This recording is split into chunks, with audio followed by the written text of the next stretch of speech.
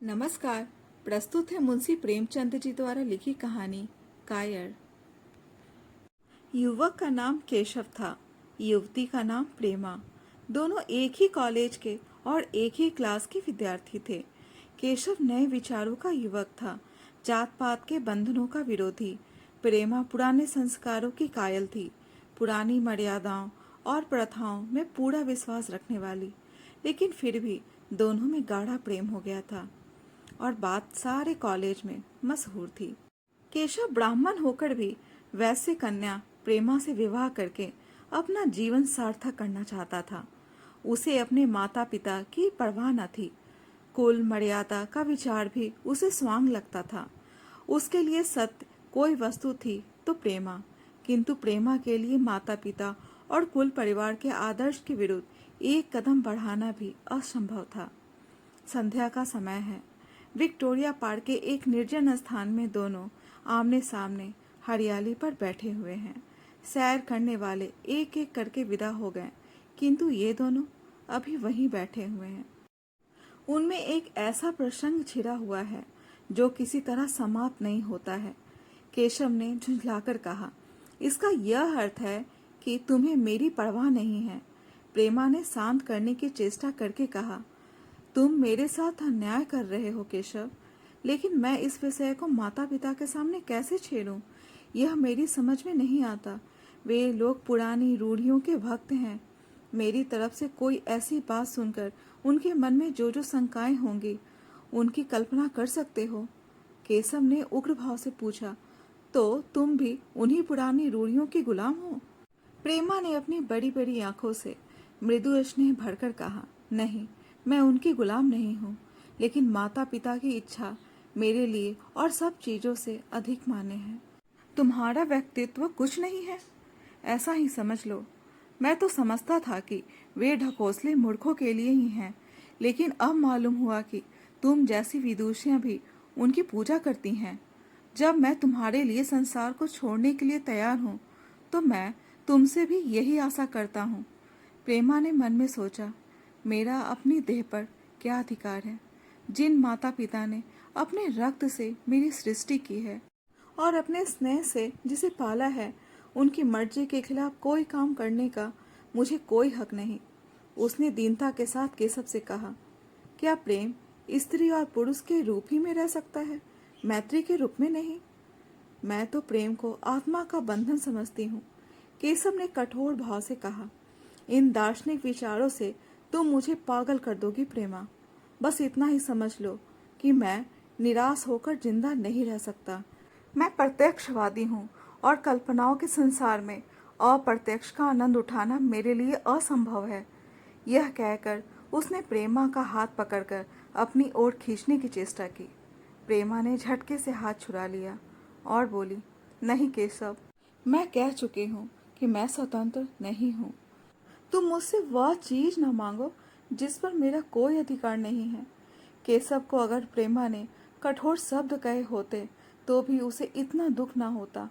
एक क्षण वह मन मारे बैठा रहा, फिर उठकर निराशा भरे स्वर में बोला, जैसी तुम्हारी इच्छा, और आहिस्ता आहिस्ता कदम उठाता हुआ वहां से चला गया। प्रेमा अब भी वहीं बैठी आंसू बहाती रही। रात को भोजन करके प्रेमा जब अपनी माँ के साथ लेटी तो उसकी आंखों में नींद न थी। केशव ने उसे एक ऐसी बात कह दी थी जो चंचल पानी में पड़ने वाली छाया की तरह उसके दिल पर छाई हुई थी। प्रति क्षण उसका रूप बदलता था। वह उससे स्थिर ना कर सकती थी। माता से इस विषय में कुछ कहे तो कैसे, लज्जा मुंह बंद कर देती थी। उसने सोचा, अगर केशव के साथ मेरा विवाह ना हुआ तो उस समय मेरा कर्तव्य क्या होगा? अगर केशव ने कुछ उदंडता कर डाली तो मेरे लिए संसार में फिर क्या रह जाएगा? लेकिन मेरा बस ही क्या है?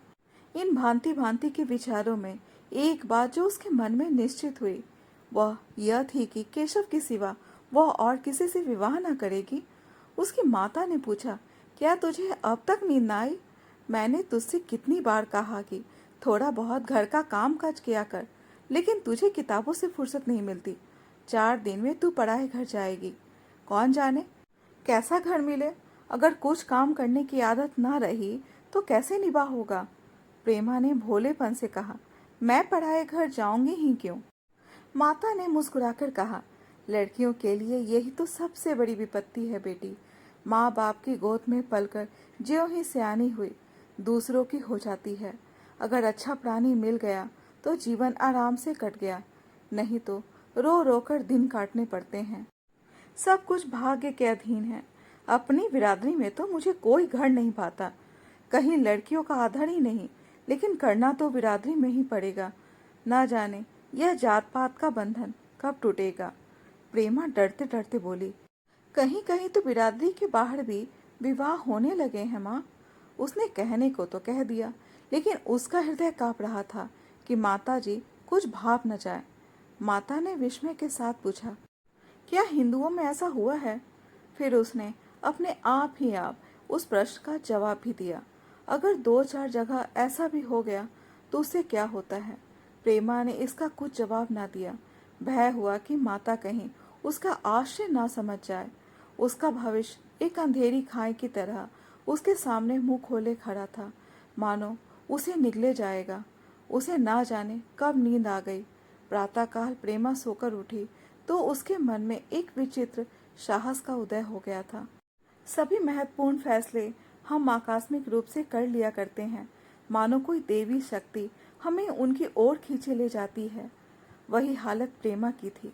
कल तक वह माता पिता के निर्णय को मान्य समझती थी, पर संकट को सामने देखकर उसमें उस वायु की हिम्मत पैदा हो गई जिसके सामने कोई पर्वत आ गया हो। वही मंद वायु प्रबल वेग से पर्वत के मस्तक पर चढ़ जाती है और उसे कुचलती हुई दूसरी तरफ जा पहुंचती है।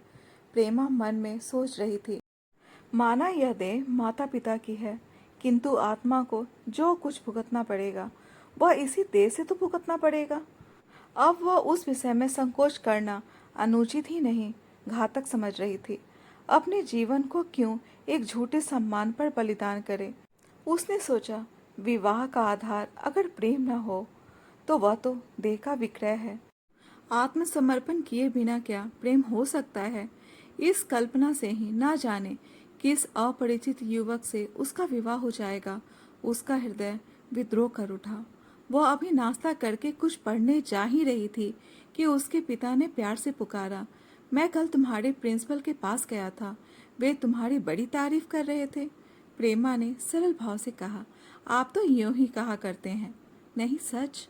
यह कहते हुए उन्होंने अपनी मेज की दराज खोली और मखमली चौखटों में जरी हुई एक तस्वीर निकालकर उसे दिखाते हुए बोले, यह लड़का आईसीएस के इम्तिहान में प्रथम आया है।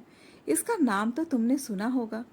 बूढ़े पिता ने ऐसी भूमिका बांधी कि उनका आश्चर्य प्रेमा भाप गई। उसका मन तीर की भांति लक्ष्य पर जा पहुंचा। उसने बिना तस्वीर की ओर देखे ही कहा, नहीं, मैंने तो उसका नाम नहीं सुना। पिता ने बनावटी आश्चर्य से कहा, क्या तुमने उसका नाम ही नहीं सुना? आज के दैनिक पत्र में उसका चित्र और जीवन वृत्तांत छपा है। प्रेमा ने रुखाई से जवाब दिया, होगा, मगर मैं तो इस परीक्षा का कोई महत्व नहीं समझती। मैं तो समझती हूँ जो लोग इस परीक्षा में बैठते हैं वे पल्ले सिरे के स्वार्थी होते हैं। आखिर उनका उद्देश्य इसके सिवा और क्या होता है कि अपने गरीब, निर्धन, दलित भाइयों पर शासन करें और खूब धन संचय करें। यह तो जीवन का कोई ऊंचा उद्देश्य नहीं है। इस आपत्ति में जलन थी, अन्याय था, निर्दयता थी। पिताजी ने समझा था प्रेमा यह बखान सुनकर लट्टू हो जाएगी। यह जवाब सुनकर तीखे स्वर में बोले, तू तो ऐसी बात कर रही है जैसे तेरे लिए धन और अधिकार का कोई मूल्य ही नहीं। प्रेमा ने ढिठाई से कहा, हाँ, मैं तो इसका मूल्य नहीं समझती। मैं तो आदमी में त्याग देखती हूँ। मैं तो ऐसे युवकों को जानती हूँ जिन्हें यह पद जबरदस्ती भी दिया जाए तो स्वीकार ना करेंगे।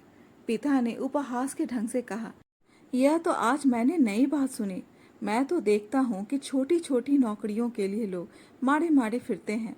मैं जरा उस लड़के की सूरत देखना चाहता हूँ जिसमें इतना त्याग हो। मैं तो उसकी पूजा करूँगा।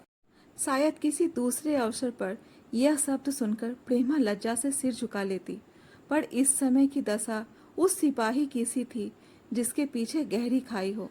आगे बढ़ने के सिवा इसके लिए और कोई मार्ग न था। अपने आवेश को संयम से दबाती हुई, आंखों में विद्रोह भरे, वो अपने कमरे में गई और केशव के कई चित्रों में से वह चित्र चुनकर लाई जो उसकी निगाह में सबसे खराब था और पिता के सामने रख दिया।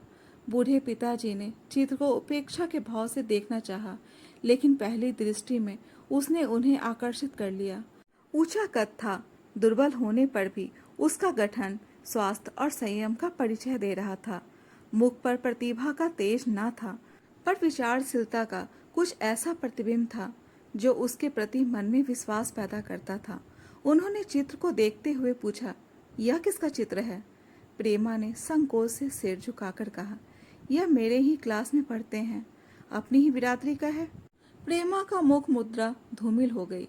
इसी प्रश्न के उत्तर पर उसकी किस्मत का फैसला हो जाएगा।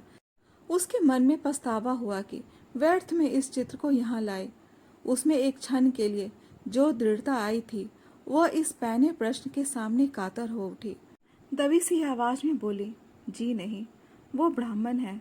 और यह कहने के साथ ही वो क्षुब्ध होकर कमरे से बाहर निकल गई, मानो यहाँ की वायु में उसका गला घोटा जा रहा हो, और दीवार की आड़ में खड़ी होकर रोने लगी। लाला जी को तो पहले ऐसा क्रोध आया कि प्रेमा को बुलाकर साफ साफ कह दे कि यह असंभव है। वे उसी गुस्से में दरवाजे तक आए, लेकिन प्रेमा को रोता देखकर नम्र हो गए। इस युवक के प्रति प्रेमा के मन में क्या भाव थे, यह उनसे छिपा न रहा। वे स्त्री शिक्षा के पूरे समर्थक थे, लेकिन इसके साथ ही कुल मर्यादा की रक्षा भी करना चाहते थे। अपनी ही जाति के सुयोग्य वर्ग के लिए अपना सर्वस्व अर्पण कर सकते थे, लेकिन उस क्षेत्र के बाहर कुलीन से कुलीन और योग्य से योग्य वर्ग की कल्पना भी उनके लिए असह्य थी। इससे बड़ा अपमान वे सोच ही ना सकते थे। उन्होंने कठोर स्वर में कहा, आज से कॉलेज जाना बंद कर दो। अगर शिक्षा कुल मर्यादा को डुबाना ही सिखाती है तो वह शिक्षा नहीं, कुशिक्षा है। प्रेमा ने कातर कंठ से कहा, परीक्षा तो समीप आ गई है। लाला जी ने दृढ़ता से कहा, आने दो, और फिर अपने कमरे में जाकर विचारों में डूब गए। 6 महीने गुजर गए। लाला जी ने घर में आकर पत्नी को एकांत में बुलाया और बोले, जहाँ तक मुझे मालूम हुआ है, केशव बहुत ही सुशील और प्रतिभाशाली युवक है। मैं तो समझता हूँ प्रेमा इस शोक में घुल घुल कर प्राण दे देगी। तुमने भी समझाया, मैंने भी समझाया, दूसरों ने भी समझाया, पर उस पर कोई असर नहीं होता है। ऐसी दशा में हमारे लिए क्या उपाय है? उनकी पत्नी ने चिंतित भाव से कहा, कर तो दोगे, लेकिन रहोगे कहाँ? ना जाने कहाँ से यह कुलक्षणी मेरी कोख में आई। लाला जी ने भवे सिकोड़कर तिरस्कार के साथ कहा, यह तो 1000 दफा सुन चुका, लेकिन कुल मर्यादा के नाम को कहाँ तक रोएं? चिड़िया का पर खोलकर यह आशा करना कि तुम्हारे आंगन में फुदकती रहेगी, भ्रम है। मैंने इस प्रश्न पर ठंडे दिल से विचार किया है और इस नतीजे पर पहुंचा कि हमें इस आपद धर्म को स्वीकार कर लेना ही चाहिए। कुल मर्यादा के नाम पर मैं प्रेमा की हत्या नहीं कर सकता। दुनिया हंसती हो हंसे, मगर वह जमाना बहुत जल्द आने वाला है जब यह सभी बंधन टूट जाएंगे। आज भी सैकड़ों विवाह जात पात के बंधनों को तोड़कर हो चुके हैं। अगर विवाह का उद्देश्य स्त्री और पुरुष का सुखमय जीवन है, तो हम प्रेमा की उपेक्षा नहीं कर सकते। वृद्धा ने क्षुब्ध होकर कहा, जब तुम्हारी यही इच्छा है तो मुझसे क्यों पूछते हो?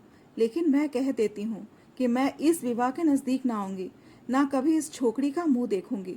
समझ लूंगी जैसे और सब लड़के मर गए वैसे यह भी मर गई। तो फिर आखिर तुम क्या करने को कहती हो? क्यों नहीं उस लड़के से विवाह कर देते? उसमें बुराई क्या है? 2 साल में सिविल सर्विस पास करके आ जाएगा। केशव के पास क्या रखा है? बहुत होगा किसी दफ्तर में क्लर्क हो जाएगा। और अगर प्रेमा प्राण हत्या कर ले तो कर ले। तुम तो उसे और सह देते हो। जब उसे हमारी परवाह नहीं तो हम उसके लिए अपने नाम को क्यों कलंकित करें? प्राण हत्या करना कोई खेल नहीं है, यह सब धमकी है। मन घोड़ा है, जब तक उसे लगाम ना दो तो वो पीठ पर हाथ भी ना रखने देगा। जब उसके मन का यह हाल है तो कौन कहे वह केशव के साथ ही जिंदगी भर निभा करेगी। जिस तरह आज उससे प्रेम है, उसी तरह कल दूसरे से हो सकता है। तो क्या पत्ते पर अपना मांस बिकवाना चाहते हो? लाला जी ने स्त्री को प्रश्न सूचक दृष्टि से देखकर कहा, और अगर वह कल खुद जाकर केशव से विवाह कर ले तो तुम क्या कर लोगी? फिर तुम्हारी कितनी इज्जत रह जाएगी? चाहे वह संकोचवश या हम लोगों के लिहाज से यूं ही बैठी रहे, पर यदि जिद पर कमर बांध ले तो हम तुम कुछ नहीं कर सकते। इस समस्या का ऐसा भीषण अंत भी हो सकता है, यह इस वृद्धा के ध्यान भी न आया था। यह प्रश्न बम के गोले की तरह उसके मस्तिष्क पर गिरा। एक क्षण तक वह अवाक बैठी रह गई, मानो इस आघात ने उसकी बुद्धि की धज्जियां उड़ा दी हो। फिर पराभूत होकर बोली, तुम्हें अनोखी कल्पनाएं सूझती हैं। मैंने तो आज तक कभी भी नहीं सुना कि किसी कुलीन कन्या ने अपनी इच्छा से विवाह किया है। तुमने ना सुना हो, लेकिन मैंने सुना है और देखा है कि ऐसा होना बहुत संभव है। जिस दिन ऐसा होगा उस दिन तुम मुझे जीती न देखोगे। मैं यह नहीं कहता कि ऐसा होगा ही, लेकिन होना संभव है। तो जब ऐसा होना है तो इससे तो यही अच्छा है कि हम ही इसका प्रबंध करें। जब नाक ही कट रही है तो तेज छुरी से क्यों न कटे। कल केशव को बुलाकर देखो क्या कहता है। केशव के पिता सरकारी पेंशनर थे, मिजाज के चिड़चिड़े और कृपण। धर्म के आडंबरों में ही उनके चित्त को शांति मिलती थी। कल्पना शक्ति का अभाव था, किसी के मनोभावों का सम्मान न कर सकते थे। वे अब भी उस संसार में रहते थे जिसमें उन्होंने अपने बचपन और जवानी के दिन काटे थे। नवयुग की बढ़ती लहर को वे सर्वनाश कहते थे और कम से कम अपने घर को दोनों हाथों और पैरों का जोड़ लगाकर उससे बचाए रखना चाहते थे। इसलिए जब एक दिन प्रेमा के पिता उनके पास पहुंचे और केशव से प्रेमा के विवाह का प्रस्ताव किया तो बूढ़े पंडित जी अपने आपे में न रह सके। धुंधली आंखें फाड़कर बोले, आप भंग तो नहीं खा गए हैं? इस तरह का संबंध और चाहे जो कुछ हो, विवाह नहीं है। मालूम होता है आपको भी नए जमाने की हवा लग गई। बूढ़े बाबूजी ने नम्रता से कहा, मैं खुद ऐसा संबंध पसंद नहीं करता। इस विषय में मेरे विचार वही हैं जो आपके, पर बात ऐसी आ पड़ी है कि मुझे विवश होकर आपकी सेवा में आना पड़ा। आजकल के लड़के और लड़कियां कितने स्वच्छाचारी हो गए हैं, यह तो आप जानते ही हैं। हम बूढ़े लोगों के लिए अब अपने सिद्धांतों की रक्षा करना कठिन हो गया है। मुझे भय है कि कहीं ये दोनों निराश होकर अपनी जान पर ना खेल जाएं। बूढ़े पंडित जी जमीन पर पांव पटकते हुए गरज उठे, आप क्या कहते हैं साहब? आपको शर्म नहीं आती? हम ब्राह्मण हैं, ब्राह्मणों में भी कुलीन ब्राह्मण कितने ही पतित हो गए हों। इतने मर्यादा सुन नहीं हुए हैं कि बनिए बकालों की लड़की से विवाह करते फिरे। जिस दिन कुलीन ब्राह्मणों में लड़कियां न रहेंगी उस दिन यह समस्या उपस्थित हो सकती है। मैं कहता हूँ, आपको मुझसे यह बात कहने का साहस कैसे हुआ? बूढ़े बाबूजी जितना ही दबते थे उतना ही पंडित जी बिगड़ते थे। यहाँ तक कि लाला जी अपना अपमान ज़्यादा ना सह सके और अपनी तकदीर को कोसते हुए चले गए। उसी वक्त केशव कॉलेज से आया। पंडित जी ने तुरंत उसे बुलाकर कठोर कंठ से कहा, मैंने सुना है तुमने किसी बनिए की लड़की से अपना विवाह करने का निश्चय कर लिया है। यह खबर कहाँ तक सही है? केशव ने अनजान बनकर पूछा, आपसे किसने कहा? किसी ने कहा। मैं पूछता हूँ, यह बात ठीक है या नहीं?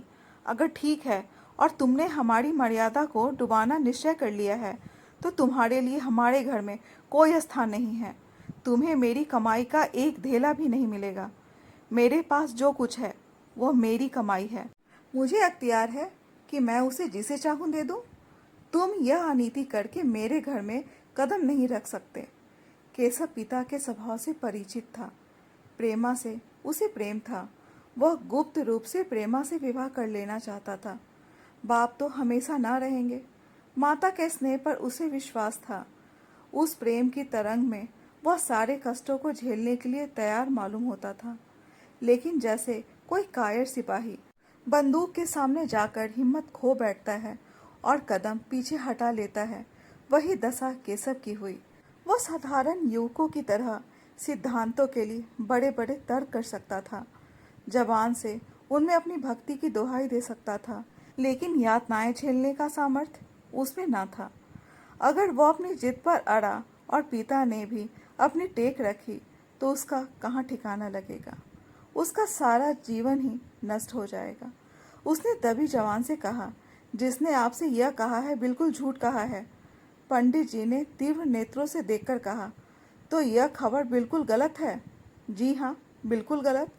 तो तुम आज ही इसी वक्त उस बनिए को खत लिख दो और याद रखो कि अगर इस तरह की चर्चा फिर कभी उठी तो मैं तुम्हारा सबसे बड़ा शत्रु होऊंगा। बस जाओ। केशव और कुछ न कह सका। वह वहां से चला तो ऐसा मालूम होता था कि पैरों में दम नहीं है। दूसरे दिन प्रेमा ने केशव के नाम यह पत्र लिखा। प्रिय केशव, तुम्हारे पूज्य पिताजी ने लाला जी के साथ जो अशिष्ट और अपमानजनक व्यवहार किया है, उसका हाल सुनकर मेरे मन में बड़ी शंका उत्पन्न हो रही है। शायद उन्होंने तुम्हें भी डांट फटकार बताई होगी। ऐसी दशा में मैं तुम्हारा निश्चय सुनने के लिए विकल हो रही हूँ। मैं तुम्हारे साथ हर तरह के कष्ट झेलने को तैयार हूँ। मुझे तुम्हारे पिताजी की संपत्ति का मोह नहीं, मैं तो केवल तुम्हारा प्रेम चाहती हूँ और उसी में प्रसन्न हूँ। आज शाम को यहीं आकर भोजन करो। दादा और माँ दोनों तुमसे मिलने के लिए बहुत इच्छुक हैं। मैं वह स्वप्न देखने में मग्न हूँ जब हम दोनों उस सूत्र में बंध जाएंगे जो टूटना नहीं जानता, जो बड़ी से बड़ी आपत्ति में भी अटूट रहता है। तुम्हारी प्रेमा। संध्या हो गई और इस पत्र का कोई जवाब न आया। उसकी माता बार बार पूछती थी, केशव आए नहीं? बूढ़े लाला जी भी द्वार पर आंखें लगाए बैठे थे। यहाँ तक कि रात के 9 बज गए, पर न तो केशव ही आए न उनका पत्र। प्रेमा के मन में भांति भांति के संकल्प विकल्प उठ रहे थे।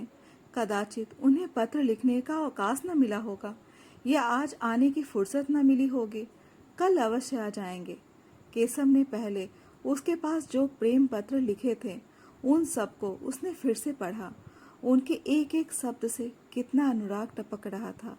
उनमें कितना कंपन था, कितनी विकलता, कितनी तीव्र आकांक्षा। फिर उसे केशव के वे वाक्य याद आते जो उसने सैकड़ों ही बार कहे थे। कितनी ही बार वो उसके सामने रोया था। इतने प्रमाणों के होते हुए निराशा के लिए कहाँ स्थान था। मगर फिर भी सारी रात उसका मन जैसे सूली पर टंगा रहा। प्रातःकाल केशव का जवाब आया। प्रेमा ने कांपते हुए हाथों से पत्र लेकर पढ़ा। पत्र हाथ से गिर गया। ऐसा जान पड़ा मानो उसके देह का रक्त स्थिर हो गया हो।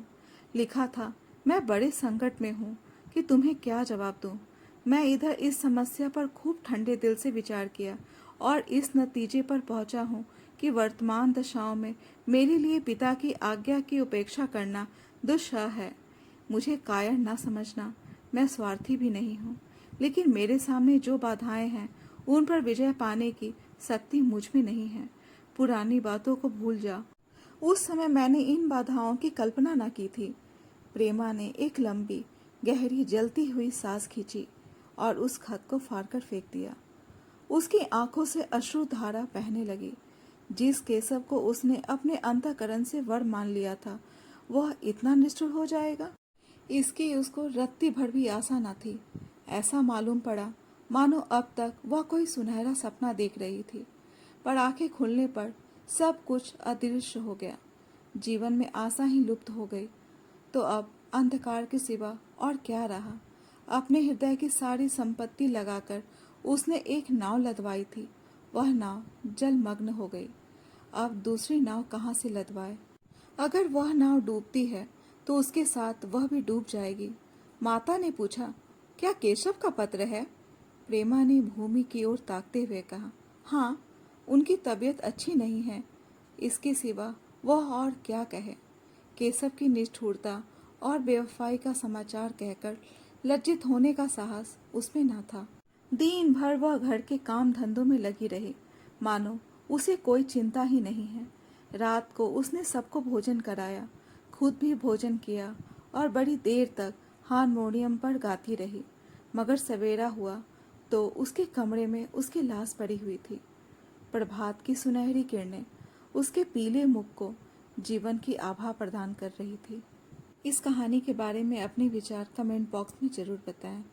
और अगर आपको कहानी पसंद आई हो तो कहानी को लाइक, शेयर और चैनल को सब्सक्राइब करना बिल्कुल ना भूलें। कहानी सुनने के लिए धन्यवाद।